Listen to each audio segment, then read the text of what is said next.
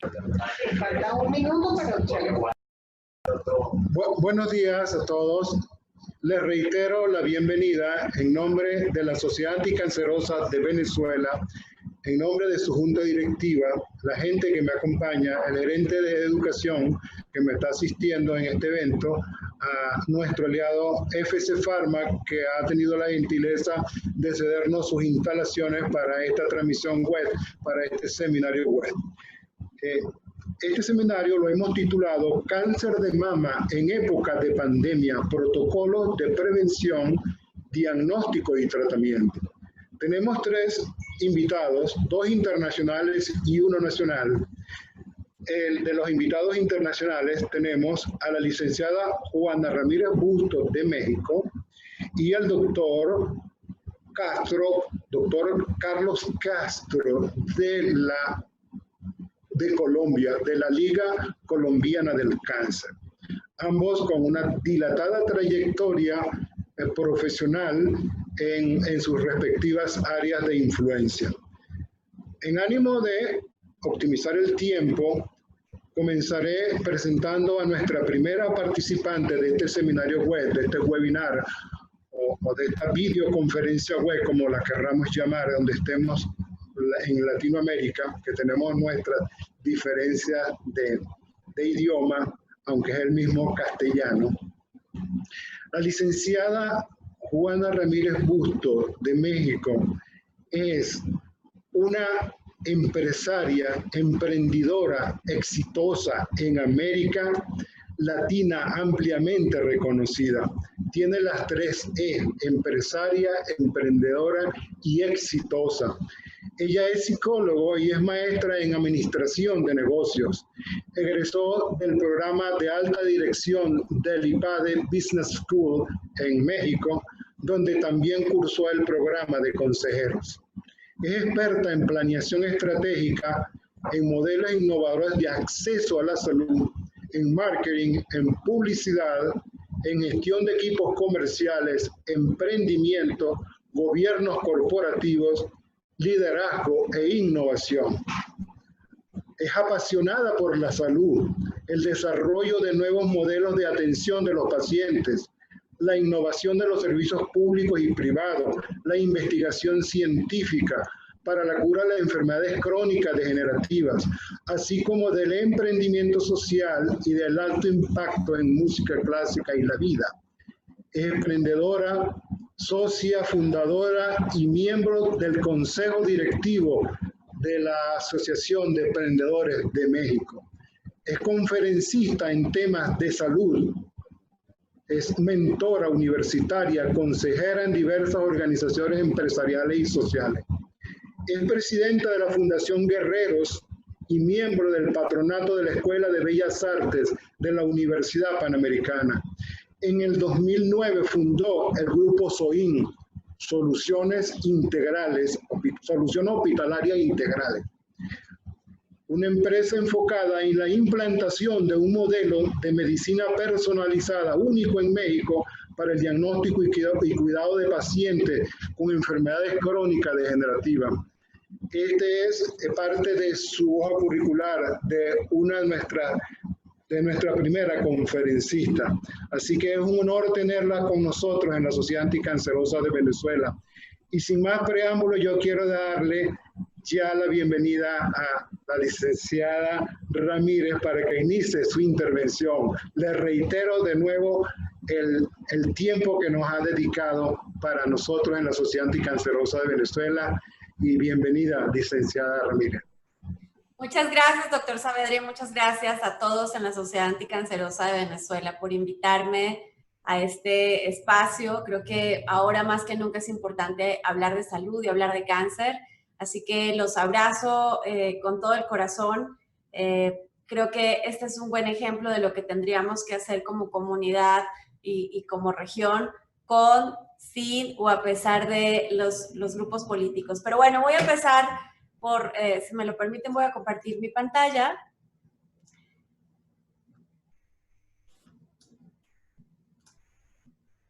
Perfecto. Pues aunque sé que el mes de octubre es un mes dedicado al cáncer de mama y entonces todos nos ponemos listones rosas, este año decidimos hablar del cáncer como una historia que definitivamente no es rosa y que incluso para las pacientes con cáncer de mama en etapas tempranas que tienen mejores probabilidades de cura, los retos que tienen que enfrentar ya son muy importantes y estos retos, lo sabemos todos los que estamos en el mundo de la oncología, se complicaron, se hicieron más dolorosos, más visibles, desnudaron aún nuestras carencias y las complicaron en la gran mayoría de los países de América Latina. Han hecho una presentación suficientemente amplia de mí y se los agradezco mucho.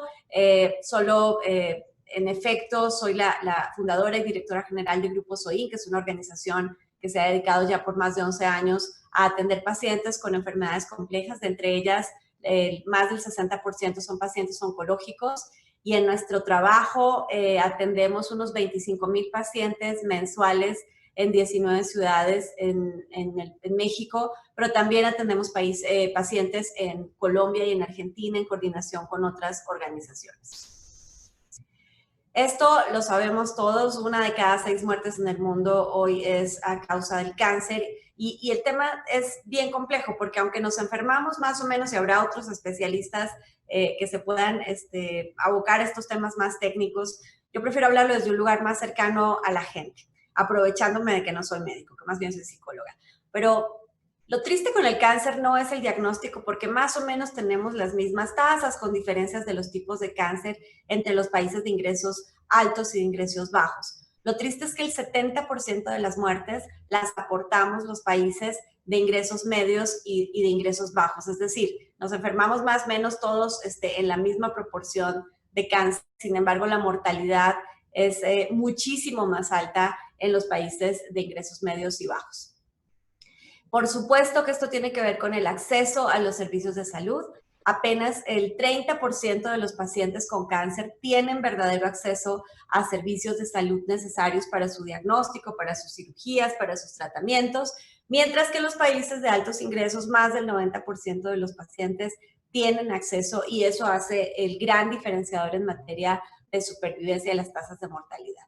Un asunto no menos importante es la asistencia de cuidados paliativos. Apenas un paciente de cada 10 en el mundo recibe cuidados paliativos y esto es tristísimo si pensamos que muchos de nuestros pacientes en América Latina con cáncer y con otras enfermedades crónico-degenerativas no se mueren de la enfermedad, se mueren de dolor también en sus casas y sin atención porque no reciben los cuidados necesarios. Y hoy todavía apenas 1 de cada 5 países en el mundo cuenta con los datos suficientes para definir políticas públicas. No voy a entrar en temas escabrosos, pero es tristísimo cómo es bien difícil establecer soluciones cuando no se tiene una sensibilidad completa de qué es lo que pasa, cuántos pacientes tenemos, de qué se diagnostican, en qué etapas, qué necesitan, cómo se atienden, porque carecemos de la información y entonces normalmente la mayoría de los países de América Latina se tienen que remitir a los datos de GloboCan, que son datos estadísticos estimados, para poder estimar más o menos lo que pasa en sus países y con esto tomar decisiones que por supuesto se alejan de las verdaderas necesidades.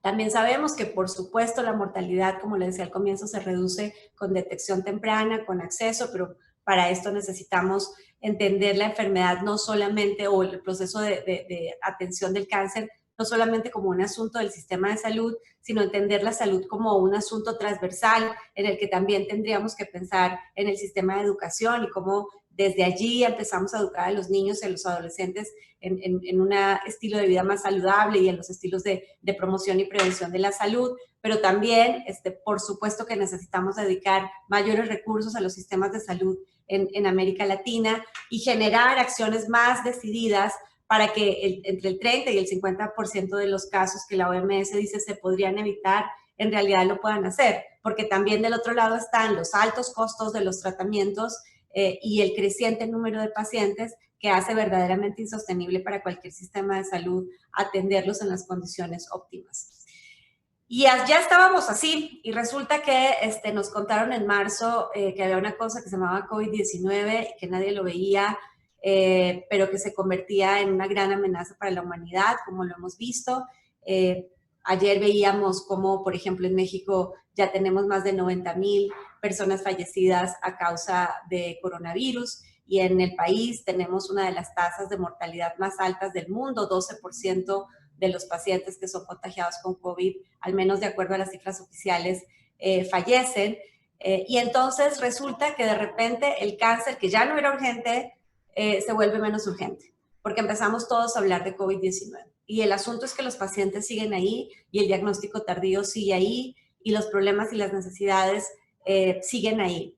Y súmenle a eso lo que nos hemos vivido en términos de infodemia, porque pues esta es la primera pandemia con el nivel de conectividad que tenemos hoy. Entonces todos los días, incluidos los pacientes, recibimos estas noticias de pérdidas humanas, de pérdida de empleo, de las amenazas relacionadas con el contagio, de cómo la mortalidad se incrementa considerablemente hasta en un 75% en pacientes que tienen comorbilidades, enfermedades autoinmunes o cualquier otra enfermedad que afecte a su sistema inmunológico.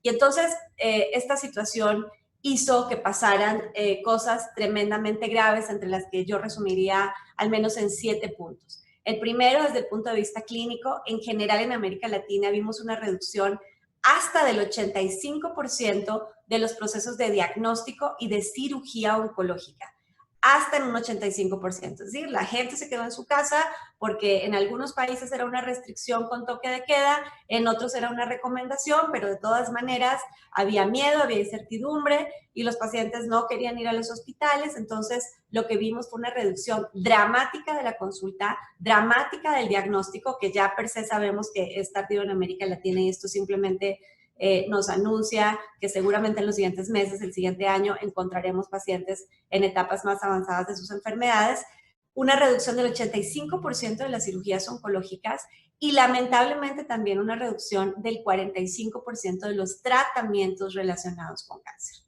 2, también hubo una reducción de los presupuestos destinados a la salud y a la atención de enfermedades crónico-degenerativas que necesitó canalizarse a la atención de pacientes con COVID, a la compra de equipos, a la disposición de hospitales y de todo lo requerido, respiradores, etcétera, lo que hoy agrava aún más las condiciones. En algunos países, por ejemplo, en México tenemos una escasez muy triste de medicamentos, incluso en el sector privado algunas terapias no son fáciles de conseguir, lo que también viene a complicar la situación de los pacientes oncológicos. Tercer aspecto de COVID que afectó la atención de los pacientes, pues por supuesto es el aislamiento, y ese aislamiento en el caso de los pacientes oncológicos pues agrava aún más su condición si no tienen la asistencia, las medicinas, los recursos necesarios para seguir atendiéndose de su enfermedad. Cuarto aspecto, tristísimo, y aquí no se nos puede olvidar que la base de la pirámide en América Latina es la gran mayoría de la población, más del 60% de la población vive con un monto muy pequeño diariamente, y eso hace que la nutrición para todos, pero particularmente para los pacientes oncológicos, se haya complicado. Nosotros adelantamos brigadas y campañas de nutrición, de despensas para los pacientes que tenían que aislarse, pero cualquier esfuerzo termina siendo insuficiente comparado con el tamaño de la necesidad y la necesidad que se agravará en los siguientes meses también. Quinto aspecto es el aspecto económico y laboral, porque si ya era complicado para los pacientes con cáncer y sus familiares mantener sus trabajos mientras se atendían, ahora sabemos que hay una disminución considerable de los empleos en todos los rubros, en todos los sectores, y que por supuesto también toca a las familias de los pacientes con cáncer. Y hay un sexto fenómeno que es muy interesante, y es, en efecto, COVID-19 empujó la digitalización en todos los aspectos. El asunto es que es sorprendente para quienes todos los días estamos en esta vida digital, pensar por un segundo que más de la mitad de los hogares en América Latina no tienen una computadora, y que es un porcentaje muy importante el de pacientes, el de hogares que no tienen acceso a Internet. Entonces piensen que si hoy la opción es el home office, el home school, si hoy la opción es estas condiciones en casa, y en casa ni siquiera tenemos una computadora, pues ya hay una reducción de posibilidades y de equidad. Y sexto, por supuesto, el aspecto emocional, porque definitivamente todos estamos viviendo una crisis y los pacientes oncológicos ya estaban viviendo su propia crisis, la crisis de entender que tenían un diagnóstico oncológico y que tenían que afrontar todos los retos que todos nosotros conocemos para atacar, para luchar contra el cáncer que ataca su vida y su cuerpo. Y agréguenle entonces lo que todos nos estamos viviendo en medio de esta pandemia, que es una profunda crisis emocional. Hay días, yo sé que todos hay días que nos levantamos y decimos, qué horror, qué cosa estoy viviendo, cuándo se va a acabar esto. Hay otros que nos componemos y tenemos ganas de platicar en oportunidades tan lindas como esta sesión de la Sociedad Anticancerosa de Venezuela, pero estamos en crisis. Y saben que las crisis tienen fases. Y si todos nosotros que no tenemos el reto de enfrentar el cáncer, también nos dolemos, nos angustiamos, nos preocupamos, imagínense lo que pasa con la gente que ya traía un reto emocional relacionado con el cáncer. Y por supuesto que están en la pantalla las diferentes fases, ¿no? Como al comienzo, piensen ustedes, como al comienzo la noticia de COVID los desordena y entonces, ¿qué tenemos que hacer? Bueno, voy a estar 40 días y ya después esto va a pasar y ya no pasó y entonces, ¿qué tengo que hacer? Y este proceso de negación que también pasa cuando tenemos el diagnóstico oncológico y luego la intrusión, ¿no? Ok, esto ya está y llegó para quedarse y entonces cómo me tengo que adaptar. Y entonces en este proceso de crisis, también con los pacientes con cáncer ha sido importante llevarlos rápidamente con atención psicológica a la reestructuración. ¿Y qué es la reestructuración? Ok, esta es la nueva realidad, no me gusta usar la palabra normalidad, dice Siddhartha Mukherjee en su libro El Gen, que la normalidad es la antítesis de la evolución. Entonces no habría que desear la normalidad, habría que entender la realidad que tenemos y desear una mejor realidad para todos. Y entonces cuando podemos llevar al paciente a esa cuarta fase, que es la reestructuración, la crisis termina, y no porque termine el contexto, sino porque nos adaptamos y desarrollamos herramientas de versatilidad. Entonces, hemos venido trabajando con los pacientes también en este séptimo punto del apoyo emocional, pero también entendiendo que hay adicionalmente un proceso de duelo. Y un proceso de duelo no solo porque hemos perdido vidas, hemos perdido familiares, hemos perdido amigos, hemos perdido una tonelada de profesionales de la salud, y lo tengo que decir, también en México tenemos el tristísimo récord del mayor número de profesionales de la salud muertos en la pandemia.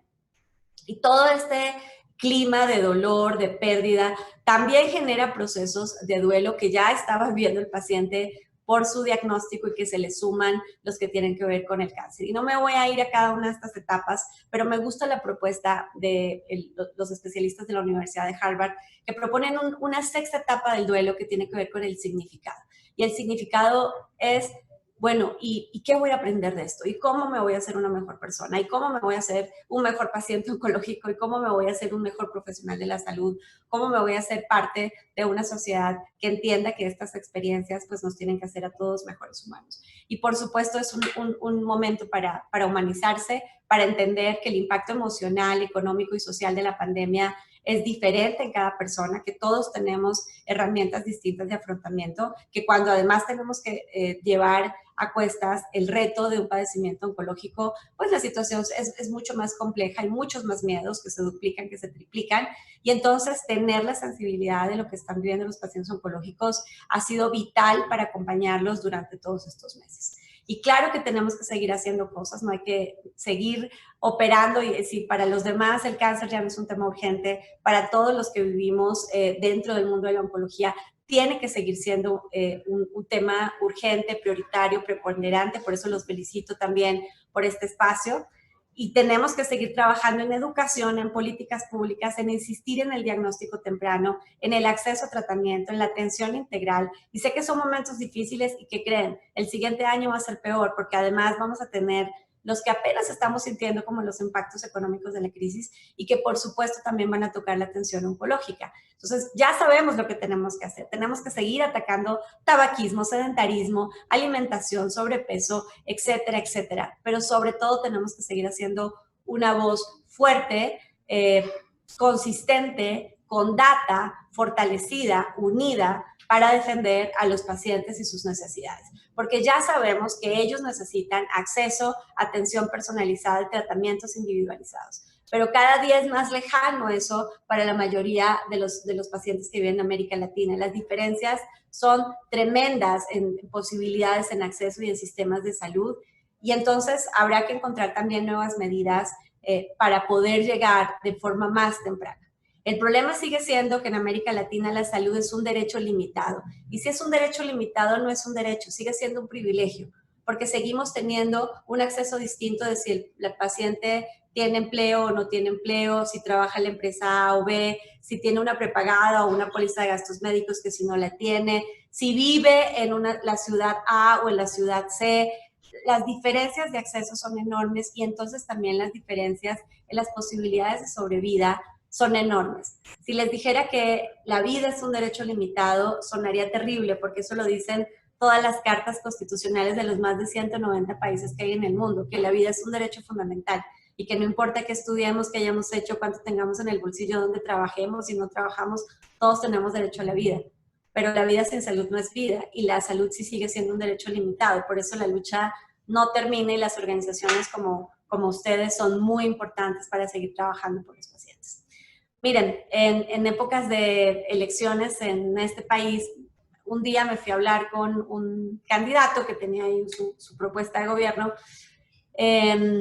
y lo quería escuchar porque era alguien que viene del sector salud en México y que tiene una trayectoria, y me llamó la atención que después de su discurso nunca hizo una sola propuesta de salud. Y cuando me acerqué para preguntarle por qué no, me respondió: porque la salud no da votos, Juan, me los quita. Y la frase fue tremenda, pero luego cuando me mostraron las estadísticas de lo que le preocupa a la gente le preocupaban las escuelas, la infraestructura, la seguridad pública, pero la salud no era su prioridad. La salud estaba en el punto 12 o 13. Somos tan paradójicos que los seres humanos nos ocupamos de la salud cuando tenemos enfrente la enfermedad. Nos valoramos la vida y cada minuto respirando cuando tenemos enfrente la inminencia de la muerte. Pero aquí hay una oportunidad única de la pandemia, y es que tenemos una humanidad, un mundo más sensible a la salud. Un mundo preocupado por primera vez en la historia de si los médicos en los hospitales tienen cubrebocas, tienen condiciones, si hay medicamentos, si hay camas suficientes. Era un lenguaje que la gente no tenía. Ni nos enterábamos cuál era el proceso para desarrollar un medicamento, para desarrollar una vacuna, y hoy estamos siguiendo como en un partido de fútbol quién va primero y quién va avanzando más en el desarrollo de la vacuna. Así que un mensaje para mí, de todas estas personas que hacemos parte de la comunidad oncológica en el mundo, es: aprovechemos este momento de sensibilidad por la salud para hablar de los pacientes oncológicos y de sus necesidades. Aprovechemos también, y lo tengo que decir en mi condición de mujer, para mejorar la equidad en el acceso y para trabajar con los cuidadores, porque el 97% de los pacientes en el mundo son cuidados por una mujer. Y esa mujer no es un profesional en cuidados paliativos, no es un médico, no es una enfermera. Esa mujer es la mamá, la tía, la esposa, la hermana, la prima. Una que le tocó, además, como nos dan el cuidado a los niños, también entonces el cuidado a los enfermos, y trabajar con esos cuidadores en América Latina es fundamental. Están haciendo un trabajo valiosísimo, pero también tienen efecto burnout, también tienen problemas de salud, también tienen riesgos. Y en esta pandemia esos cuidadores han sido vitales. La gente que tiene la vocación de cuidar, de proteger y de servir ha sido fundamental.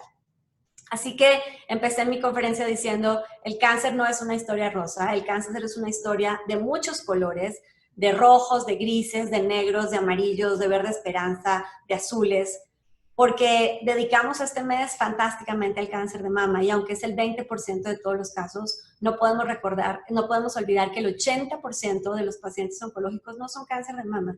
Y cuando algunos pacientes me dicen: ¿cuál es mi listón? ¿Cuál es mi fundación? ¿Dónde voy a hablar? Y la respuesta es: no existe una organización para ti. Eso me llena de tristeza. Así que qué bueno que el cáncer de mama tenga la visibilidad que tiene y los logros que tenemos. Aprovechemos eso para hablar del cáncer en general y para hablar de las condiciones y de las dificultades que tienen en general todos los pacientes. Así que para cerrar, quisiera dejarles algunos mensajes. Uno, hablemos de salud, no nos cansemos de hablar de salud. Hoy están las herramientas de las redes sociales, hoy el acceso a la comunicación es muchísimo más democrático, pero lo que hay que no hay que perder de vista es que lo que tenemos que democratizar es el acceso a la salud de todos y de todas. Así que no se cansen ustedes y yo que trabajamos en el sector y sigamos hablando de salud y sigamos poniendo en la mesa las necesidades y las problemáticas que tienen los pacientes y los profesionales de la salud para atender a esos pacientes, particularmente en los sectores públicos de los países. Entremos, pongámosle manos a la obra. Hablamos de autoexploración mamaria, buenísimo, lo hicimos perfecto. Las mujeres ya entendieron, así como lo hemos hecho históricamente bien, por ejemplo, en la prevención de cáncer cervicuterino, aunque lamentablemente sigamos teniendo pacientes en etapas avanzadas y mortalidad cuando en los países en desarrollo prácticamente es una enfermedad del pasado. Pero hablemos de autoexplorarse a todos, a los niños, a los hombres, a las mujeres, y no solo la mama, porque el cáncer aparece en cualquier lugar del cuerpo. ¿Cómo generamos una conversación así tan sencilla como fue la de la autoexploración mamaria para que todos y todas empiecen a cuidarse de una manera más decidida? El cáncer es un problema de todos y en mis conferencias no me canso de decir que aunque nos preocupan los temas de seguridad, de economía, por supuesto, puede ser que a algunos de nosotros nunca les toque una catástrofe de esa. Sin embargo, todos vamos a ser, o todos fuimos, o todos seremos pacientes un día.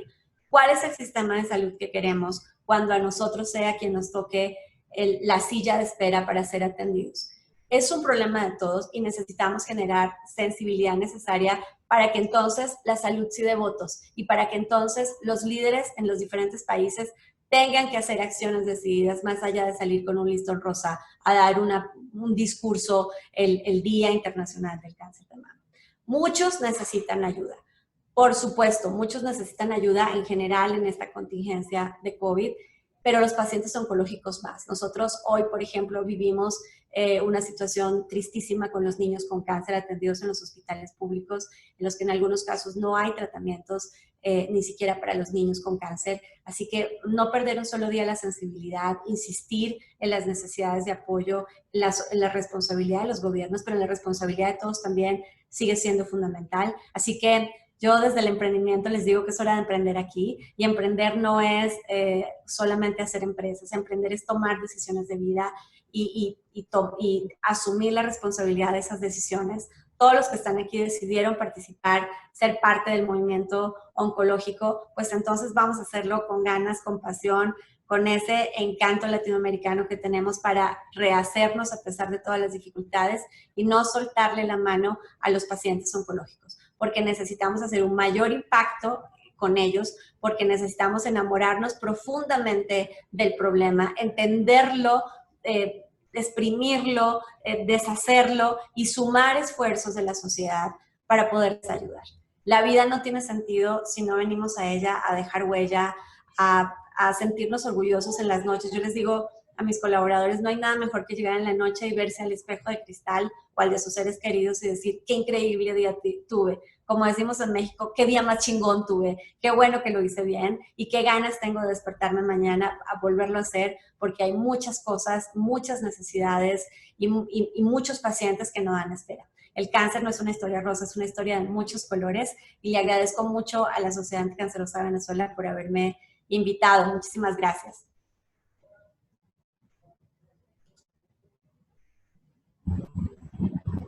Gracias, Juana, por esa estupenda intervención. Apreciamos mucho tu intervención y el tiempo que nos has dedicado en esto y comparto esa metáfora y que el cáncer no es una historia tan rosa, es una historia multicolor. Sin embargo, debe ser una historia de esperanza, una historia del cáncer es curable si se diagnostica a tiempo, así lo decimos en la Sociedad Anticancerosa de Venezuela. Tengo algunos comentarios o algunas preguntas que hacerte, Juana, así que voy a abusar de tu tiempo y a formularte esas preguntas, a ver en qué nos puedes apoyar. ¿En qué consiste el servicio concierge y cuántos pacientes están en ese servicio y cómo acceden a él? ¿Cuáles son las enfermedades crónicas degenerativas que atienden en SOIN? Ya que tú fuiste la fundadora. Voy a dejarte esas dos y después te hacemos otras 3 o 4 preguntas que están por allí. Con mucho gusto. El servicio de concierge es un modelo de acompañamiento que es 80% telefónico y 20% presencial, en el que una persona es asignada a cada paciente. Esas personas son médicos generales, enfermeras oncológicas, psicólogos y otros profesionales de salud que son entrenados en algo que llamamos el arte del concierge y que son profesionales en acompañar. Entonces, una vez que el paciente accede al servicio, le asignamos un concierge y este concierge acompaña, gestiona, envía medicamentos, todo lo que sea necesario para atender al paciente, pero además hace los triage de necesidades psicológicas y nutricionales para el paciente, para el cuidador y entiende lo que pasa en su núcleo familiar para que otro equipo de psicólogas clínicas y de nutriólogas entren a trabajar, a intervenir con ese paciente y con esa familia, tratando de armonizar lo que está pasando mientras el paciente se atiende.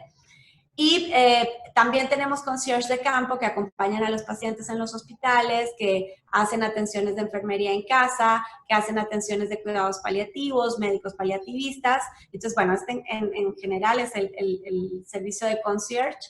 Les decía en la conversación que atendemos más o menos unos 25,000 pacientes al mes, de los cuales un 60 y tanto % son pacientes oncológicos, pero hoy también atendemos pacientes con esclerosis múltiple, con artritis reumatoide, con insuficiencia renal crónica, con enfermedades huérfanas o poco frecuentes, con otras enfermedades hematológicas, en pacientes con VIH, con psoriasis, en general con enfermedades complejas de alto costo, muchas de ellas degenerativas, y entonces que van requiriendo mucho más atención en el tiempo.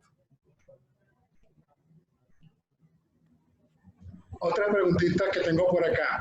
¿Cómo se han desarrollado los protocolos de prevención y atención de los pacientes con cáncer de mama durante la pandemia? Y aprovecho, sé que tú fuiste la que introdujo el diagnóstico genético MamaPrint en México. ¿De qué manera ha impactado eso a los pacientes oncológicos en México? Es más, te voy a dejar la tercera pregunta también, Juana. ¿Quién cubre los costos de los pacientes que atiende SOIN? Voy a empezar por esa y luego me voy a la de los protocolos. Mira, el modelo de atención es hermoso y me hace sentir absolutamente feliz. Por eso no importa conectarme a las 7:30 de la mañana con Venezuela y terminar a las 12 de la noche. Lo más bonito del modelo es que los pacientes no pagan por el servicio. Es un modelo B2B, es decir, un modelo en conexión con otras instituciones en el que aseguradoras, farmacéuticas, compañías de salud patrocinan los programas y entonces la primera barrera de acceso para los pacientes, que siempre es el pago, está resuelta porque el paciente no paga por su servicio.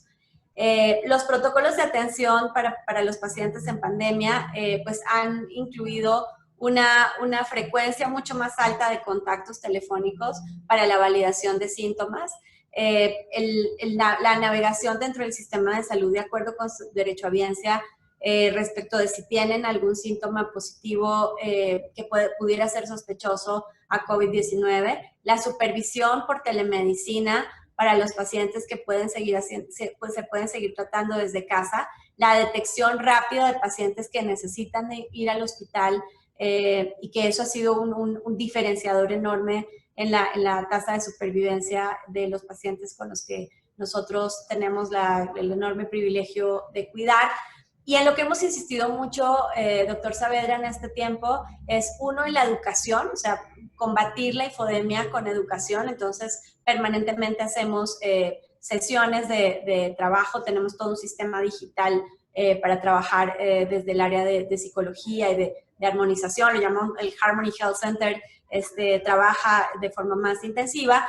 Por supuesto que tuvimos que intensificar la atención psicológica y la atención en crisis para el paciente y para la familia, pero también desarrollar otro tipo de actividades para ocupar el tiempo en casa, de actividad física, de actividad recreativa, de actividad creativa, lúdica, para hacer mucho más llevable el proceso de aislamiento. Bueno, Juana, de verdad que encantado por haber participado con nosotros en este seminario web. Te reitero nuestro agradecimiento por tu participación. Sé que estás muy ocupada ya en México, después de otras actividades, y sé que apartaste un espacio para nosotros, cosa que agradecemos. Yo se los dije al comienzo que es una emprendedora exitosa y empresaria. Juana, desde Venezuela, nuestro afecto y nuestro agradecimiento por tu participación. Muchas gracias. Doctor Saavedra, de verdad, muchas gracias a ustedes. En SOIN tenemos varios compatriotas venezolanos que hacen un extraordinario trabajo también aquí en México, así que Venezuela es un país que quiero mucho. Además, quiero que sepa que nací en Colombia, así que éramos vecinos. Me hice mexicana por naturalización hace unos años. Así que antes de despedirme, le mando un beso enorme al doctor Carlos Castro, que es alguien que admiro mucho, así que un honor compartir espacio con él también. Un abrazo para todos, cuidémonos mucho y aunque estamos en época de Día de Muertos en México, hay que usar cubrebocas siempre, con todo y Catrina, pero hay que usar cubrebocas. Que estén muy bien, les mando un abrazo.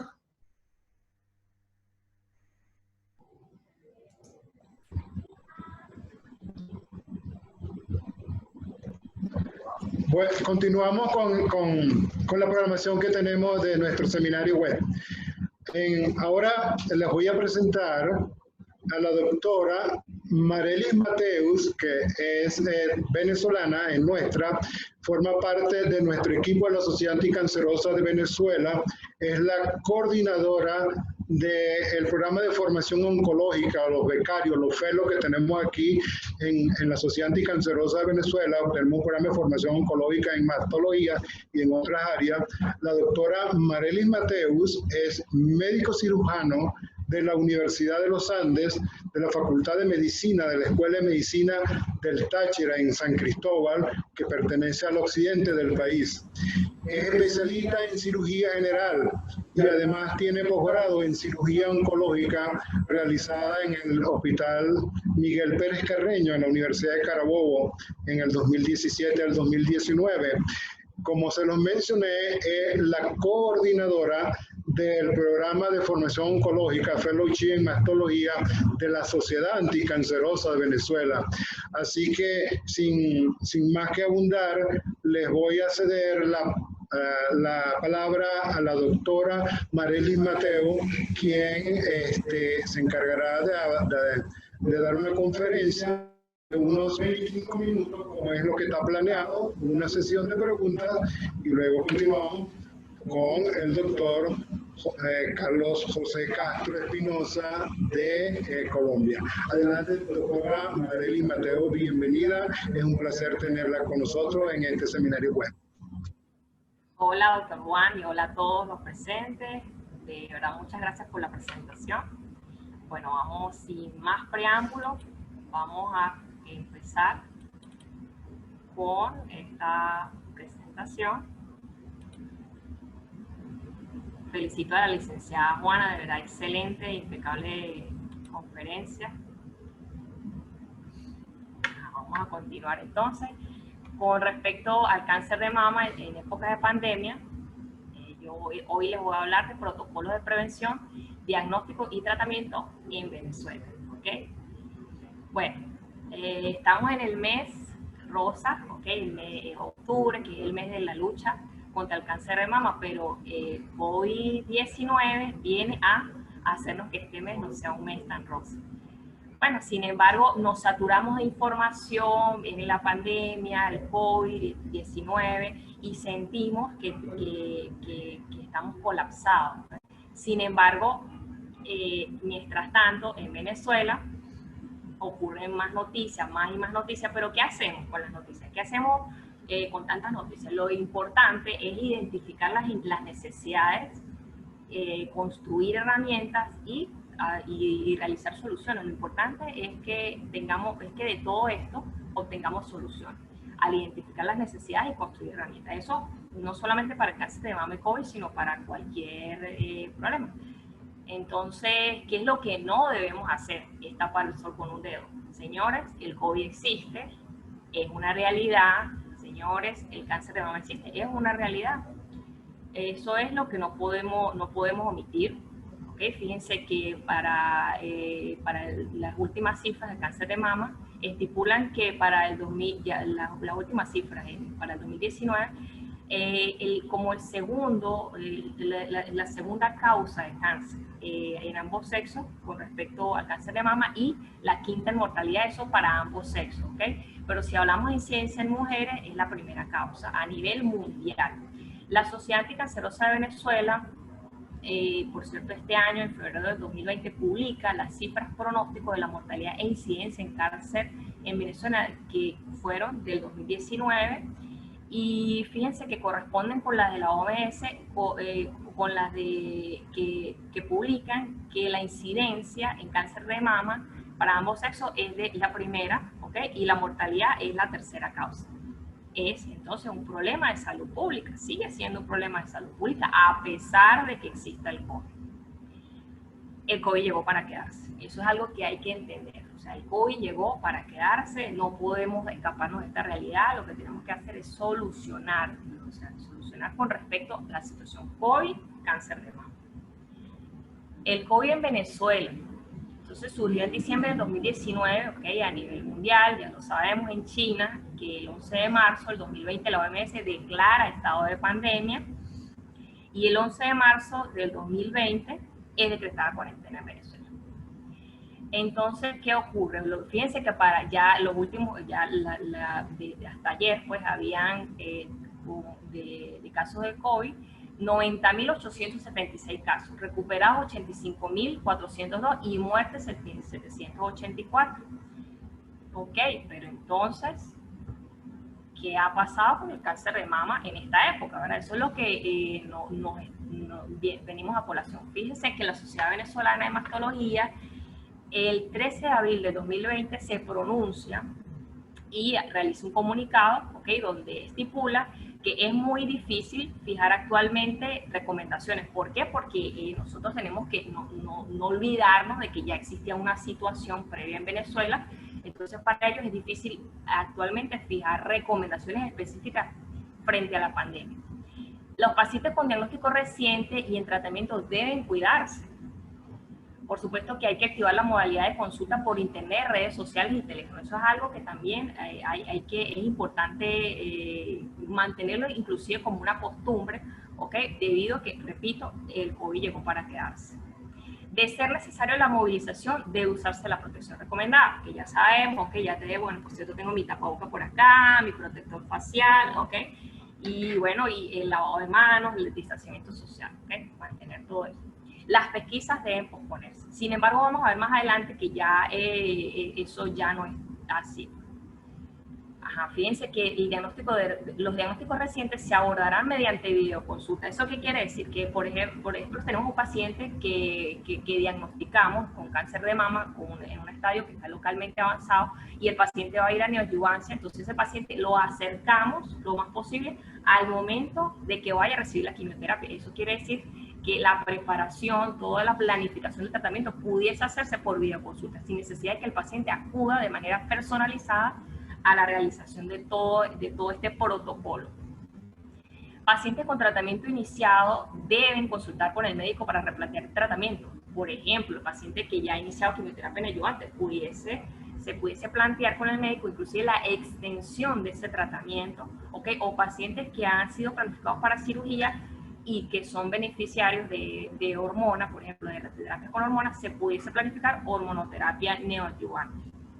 Los integrantes del equipo mastológico deben instruir. Por supuesto, si se supone que es el equipo el que más sabe, que más conoce el cáncer de mama y COVID, el equipo debe comunicar el mensaje, no solamente al personal de enfermería, que es el que más está próximo a ellos, sino a la secretaria, a la camarera, todo el equipo, porque nuestro mensaje va a ser la comunicación extendida hacia los pacientes. Por supuesto, nosotros también debemos hacer comunicación a los pacientes. Cada centro de salud debe adoptar nuevas técnicas de desinfección frecuente, ¿ok? Y por supuesto, si algún integrante del equipo de salud presenta síntomas, no debe asistir. La Sociedad Venezolana de Oncología también publica recomendaciones con respecto al manejo COVID. Fíjense que las recomendaciones van dirigidas al tratamiento oncológico, radioterapia, inclusive información al paciente propiamente recomendaciones del servicio de medicina nuclear y de recomendaciones para el servicio de cirugía oncológica. Fíjense que es importante entender que estas revisiones y recopilaciones que realiza la Sociedad Venezolana de Oncología las hace del Colegio Americano de Cirugía, de la Sociedad Venezolana de Cirugía, ¿okay? De la Asociación Española de Cirugía y el Colegio Real de Cirujanos de Inglaterra, eso con respecto a cirugía oncológica, ¿ok? Pero con respecto al tratamiento oncológico, lo hace con revisión y recopilación de la Sociedad Americana de Oncología Clínica, o ASCO, y con respecto a radioterapia oncológica, ESTRO, que es la Sociedad Europea de Radioterapia y Oncología, la Sociedad Española de Oncología Radioterápica y el Colegio Real de Radiólogos. O sea, nosotros en la Sociedad Venezolana de Oncología, o la Sociedad Venezolana de Oncología, hace una revisión y recopilación, un basamento para hacer sus publicaciones con respecto a la recomendación. Y esas son con las que nos estamos actualmente, en las que nos estamos basando actualmente para el manejo de estos pacientes. Sin embargo, fíjense que el Instituto Europeo de Oncología, que por cierto la Sociedad Anticancerosa está vinculada directamente para el manejo de los pacientes con cáncer de mama, hace una publicación en abril del 2020 donde estipula las recomendaciones para triaje, priorización y tratamiento de pacientes con cáncer de mama durante la pandemia COVID. ¿Por qué hago colación de este artículo? Porque fíjense que la Sociedad Venezolana de Mastología y la Sociedad Venezolana de Oncología hablan del tratamiento, más no hablan de la pesquisa. Entonces, por eso nombro este artículo. En este artículo, lo que se estipula, lo que hablan básicamente es que de los escenarios del brote COVID, hablan desde el escenario 1, donde hay pocos casos y hay muchos equipos de protección, hay equipos suficientes de protección, hasta el escenario 4, donde hay un brote, hay colapso de hospitales y poco equipo de protección. Entonces, esos escenarios, según esos escenarios, ellos priorizan el tratamiento de los pacientes a urgente, alta prioridad, mediana prioridad y baja prioridad, ¿ok? Ahora, ¿de qué nos guiamos nosotros del Instituto Europeo de Oncología con respecto a esto? En las recomendaciones del triaje, que no se hacen, la Sociedad Venezolana de Mastología, que no las publicaron en la Sociedad Venezolana de Mastología ni en la Sociedad Venezolana de Oncología. Entonces, pesquisa de cáncer de mama en Venezuela en pandemia. Okay, por supuesto, es importante la concientización. ¿Cómo el paciente va a acudir a una pesquisa si no conoce lo que está pasando, no conoce la importancia? Entonces, fíjense que nosotros en la Sociedad Anticancerosa constantemente estamos en formación con respecto a este tema, la concientización. Estos artículos que ven publicados son solamente algunos de los innumerables artículos que diariamente publica la Sociedad Anticancerosa con respecto al tema de la concientización. O sea, nosotros no hemos abandonado, al menos el tema de la pesquisa, con respecto a la concientización en pesquisa, no hemos abandonado ese tema. Entonces, fíjense que la pesquisa durante el COVID, fíjense que la pesquisa poblacional, la Sociedad Venezolana de Mastología tiene, la pesquisa la maneja como pesquisa poblacional y pesquisa oportunista. La pesquisa poblacional, que por supuesto es la que realiza el Estado, ¿ok? Donde llama a que el paciente con factores de riesgo acuda, ¿ok? Esa pesquisa no se realiza en Venezuela. Pero fíjense que la pesquisa oportunista, que es la pesquisa donde el paciente de manera voluntaria acude a la consulta médica porque conoce que tiene factores de riesgo y de hecho él cancela sus estudios y bueno, y acude a la consulta médica. Esta pesquisa oportunista ha sido reactivada desde octubre del 2012. Eso, por supuesto, nosotros en la Sociedad Anticancerosa vamos a reactivarla prontamente, pero ya en comunicación con varios especialistas y adjuntos y jefes de servicio de los distintos hospitales de importancia en este país, se sabe que la pesquisa oportunista pues ha sido reactivada, ¿ok?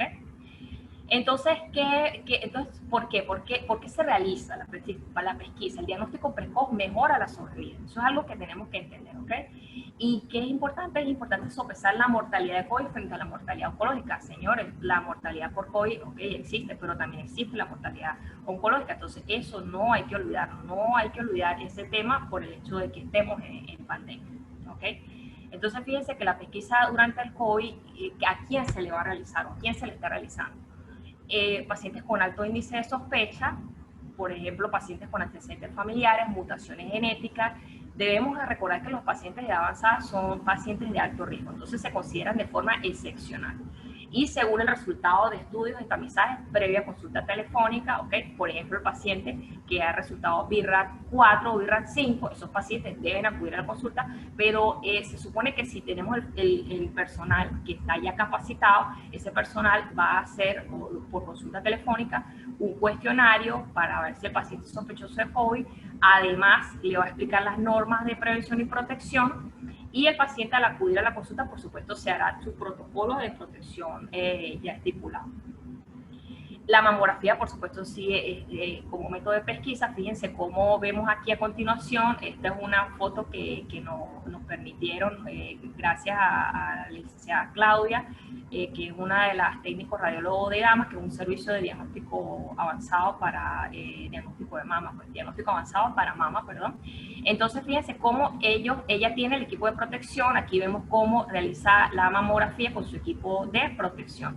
Además, la ecografía, también fíjense que el doctor Leonardo Ramírez, que él es director de la Escuela Internacional de Ecografía, él dice, publicó casualmente la semana pasada, que el uso del equipo es totalmente indispensable e importante para la realización de la ecografía.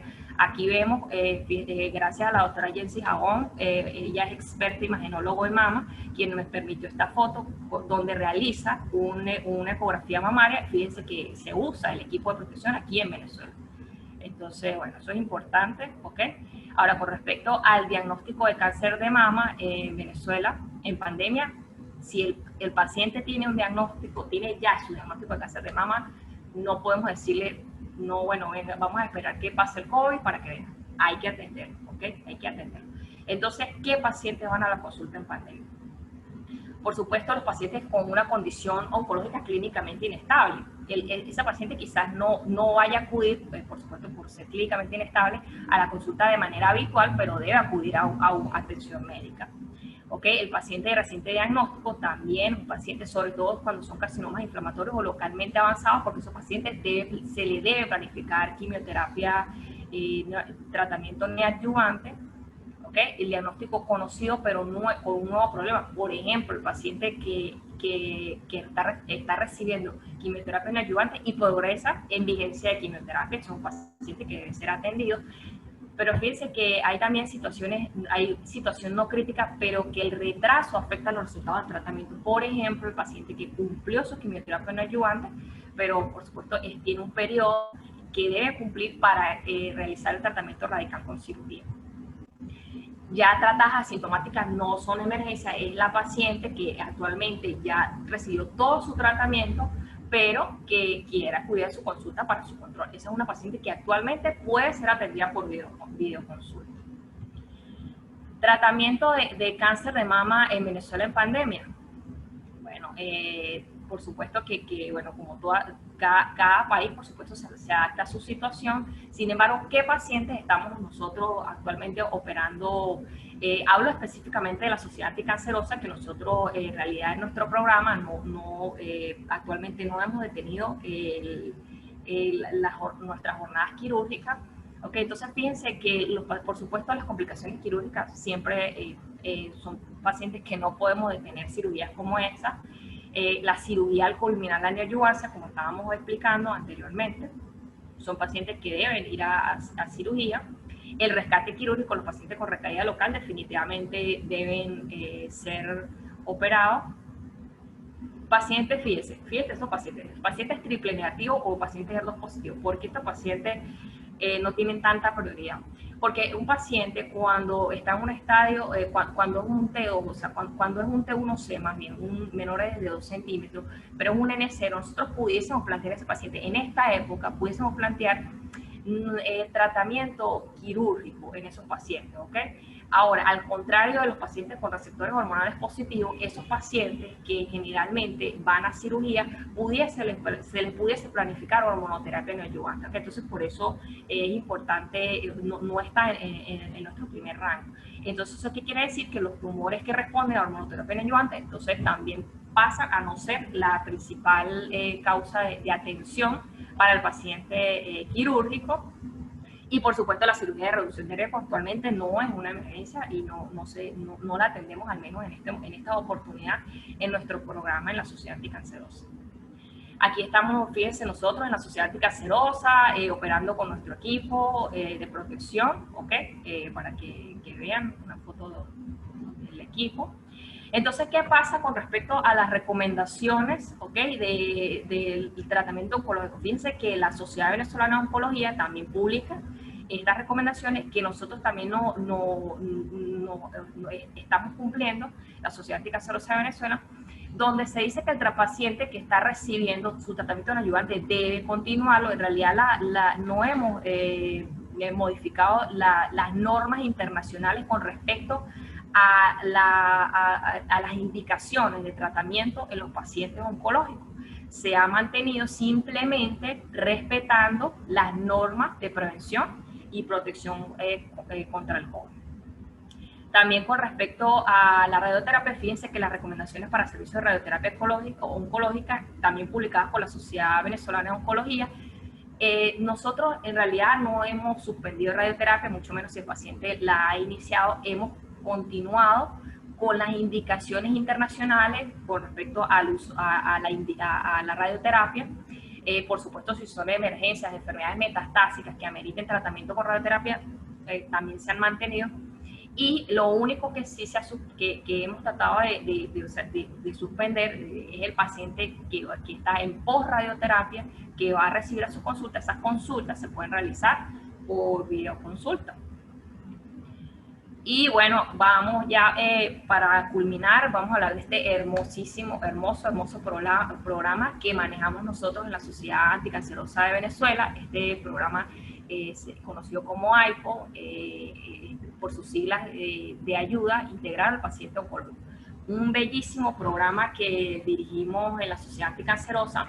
En él contamos con un equipo multidisciplinario, cirujanos oncólogos, mastólogos, especialistas en reconstrucción oncoplástica, radioterapeutas, oncólogos médicos, trabajadores sociales, psico-oncólogos. O sea, tenemos un equipo realmente bastante completo para la atención especial a todos estos pacientes. Por supuesto, la mayoría de los pacientes que manejamos son pacientes con cáncer de mama. Es un bellísimo programa porque se le ofrece a los pacientes de bajos recursos, en el cual el paciente se opera y recibe su tratamiento adyuvante de manera totalmente gratuita. Por supuesto, como contamos con todo el equipo y al paciente se le ofrece y se le da el 100% de su tratamiento, el paciente se le da el tratamiento que está indicado según las normas internacionales. Sabemos que si un paciente tiene precariedad en cierto punto del tratamiento multimodal, ese paciente probablemente se modifique el tratamiento de alguna manera que no está bien, que no se debería hacer. Pues, por ejemplo, el paciente que no tiene acceso a la radioterapia es un paciente que probablemente no se pudiese beneficiar del tratamiento conservador de mama. En este caso sucede eso. De hecho, nosotros tenemos expertos oncoplásticos en el servicio y hacemos cirugía oncoplástica con bastante frecuencia, lo cual me enorgullece bastante comentarlo. Y bueno, de verdad los invito a este hermoso programa de la Sociedad Anticancerosa de Venezuela. Aquí fíjense que nosotros no hemos suspendido el programa, nosotros tuvimos que detener el programa mientras canalizábamos o reprogramamos las actividades, ¿okay? Que fue aproximadamente como 2 meses que lo tuvimos. Y fíjense que aquí están los pacientes en la sala de espera manteniendo su distanciamiento social, ¿okay? Esta es una de las pacientes que las estamos atendiendo con una de nuestras enfermeras, ¿okay? Que fíjense que se mantiene el uso del equipo de protección. Esta es una de las pacientes postoperada. Y bueno, aquí, fíjense, aquí estamos parte del equipo del AIPO, ¿ok? No, por supuesto no está todo el equipo porque no, ahí están cirujanos, está el patólogo, anestesiólogo, ¿ok? Pero bueno, parte del resto del equipo, que son radioterapeutas, psico-oncólogos, oncólogos médicos, que son los que se encuentran cuando hay reuniones de servicio para la discusión de casos, pues no se encuentran en esta foto. Pero bueno, muy orgullosa de poder pertenecer a este programa AIPO. Y bueno, finalmente, la Sociedad Anticancerosa, de parte de todos, los invitamos a abrazarnos a la prevención. Abrázate a la prevención. El cáncer es curable si se diagnostica a tiempo. De verdad, muchas gracias por este espacio. Muchas gracias, doctora Mateus, doctora Marelis Mateus, por su intervención. Le tengo algunos comentarios, algunas preguntas que han surgido por allí. Sí, el programa de AIPO, ayuda integral al paciente oncológico, igual que el de formación oncológica, son uno de nuestros programas bandera en este momento para paliar la situación, para ayudar a las necesidades tan sentidas en oncología en nuestro país. A ver, Marelis, ¿cuál ha sido el impacto del programa Ayuda Integral al Paciente Oncológico en relación a los pacientes con cáncer de mama este año? Te voy a dejar otra pregunta también. ¿Y cuál ha sido el reto principal en el contexto de la pandemia que tiene el programa de ayuda integral al paciente oncológico para el próximo año? Vamos a ver qué nos dice. Tengo otra preguntita por allí, pero te dejo esas dos para ver qué nos comentas.